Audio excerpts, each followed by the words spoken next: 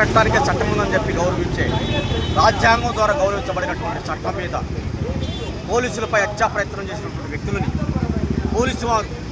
Police వారు భయం చెప్పే పంతులో 4 దెబ్బలు కొడితే ఆ కొట్టినటువంటి వ్యక్తులు ఒక మానవ మృగాలు రౌడీ షీటర్లు ఒక్కొక్కరికై 10 కేసులు ఉన్నటువంటి వ్యక్తులు, మర్డర్ కేసులు, గంజాయి కేసులు ఉన్నటువంటి వ్యక్తుల్ని ఈరోజు జగన్మోహన్ రెడ్డి గారు పరామర్శించడానికి వచ్చారంటే జగన్మోహన్ రెడ్డి గారికి సిగ్గుందా అసలు ఆ మాట అంటానికి కూడా బాధ. ఎందుకంటే రాజశేఖర రెడ్డి గారు అంటే మా గౌరవం.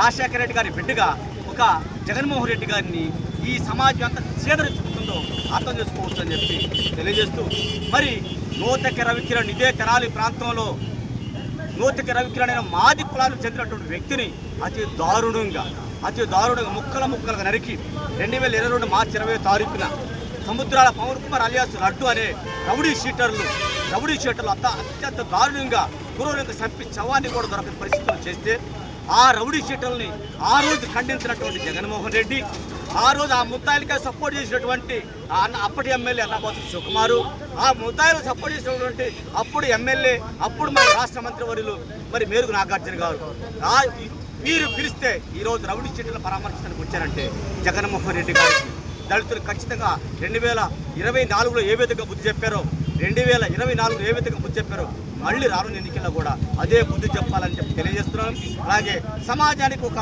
విజ్ఞప్తి చేస్తా ఉన్నారు. అయ్యా, సమాజంలో ఉండే ఒకళ్ళారా, దయచేసి ఏఎస్ఎన్ కాలేజీలో చేరకండి. ఏఎస్ఎన్ కాలేజీలో చెప్తున్నటువంటి పాఠాలు, మెయిన్ చెప్తున్నటువంటి పాఠాలు గంజాయి ఏ విధంగా సేవించాలి, గంజాయి ఏ విధంగా అమ్మాలి, మట్టర్లు ఏ విధంగా చేయాలి, బట్టర్లు ఏ విధంగా తప్పుకోవాలి, ఇలాంటి క్లాసులు ప్రత్యేకంగా అన్నాబోతు శివకుమార్ గారే చెప్పిస్తున్నారు. దయచేసి ఈ కేసుల్లో జగన్మోహన్ రెడ్డి వీరికి సపోర్ట్ చేస్తే ఖచ్చితంగా జగన్మోహన్ రెడ్డికి బుద్ధి చెబుతాం. ఇప్పుడున్న పరిస్థితుల్లో జగన్మోహన్ రెడ్డి వెంటనే తెనాలి ప్రాంతం నుంచి వెళ్ళకపోతే ఉద్యమాలు ఉధృతం చేస్తాం.